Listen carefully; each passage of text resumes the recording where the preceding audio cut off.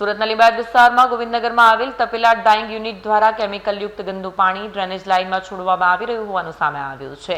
Drainage overflow થતા પ્રદૂષિત પાણી સમગ્ર વિસ્તારમાં ફરી વળ્યું છે। સ્થાનિક લોકોના આરોગ્ય પર ગંભીર જોખમ ઊભું થયું છે।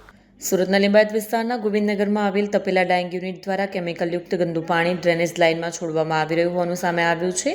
ડ્રેનેજ ઓવરફ્લો થતાં પ્રદૂષિત પાણી સમગ્ર વિસ્તારમાં ફરી વળ્યું છે, જેના કારણે સ્થાનિક લોકોના આરોગ્ય પર ગંભીર જોખમ ઊભું થયું છે। પ્રદૂષણ ફેલાવતા આવા તપેલા ડાઇંગ યુનિટ સામે મનપા અને સંબંધિત વિભાગો ક્યારે કાર્યવાહી કરશે તે હવે મોટો સવાલ બની ગયો છે। લોકોના જીવ સાથે ચેડા કરનાર તપેલા ડાઇંગ યુનિટ સામે સુરત મનપા ક્યારે લાલાંક કરશે તેના પર સૌની નજર ટકેલી છે। एसएमसी से गुजारिश करता हूँ कि ये जो गोविंदनगर है उसका पानी रावनगर में डाइंग वालों का बहुत आ रहा है।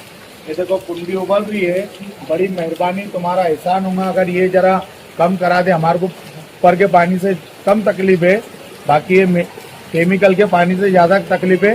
हमारे बच्चे ना बीमार पड़ रहे हैं। 2 दिन से एसएमसी की खुद गाड़ी आ रही है दवा खाने की, और ये खाली निकाल हो जाएगा ना कुंडी का। ये गोविंदनगर में इलीगल सब कारोबार चल रहा है टाइम का। बड़ी मेहरबानी कि इसका निकाल करा दे साहब।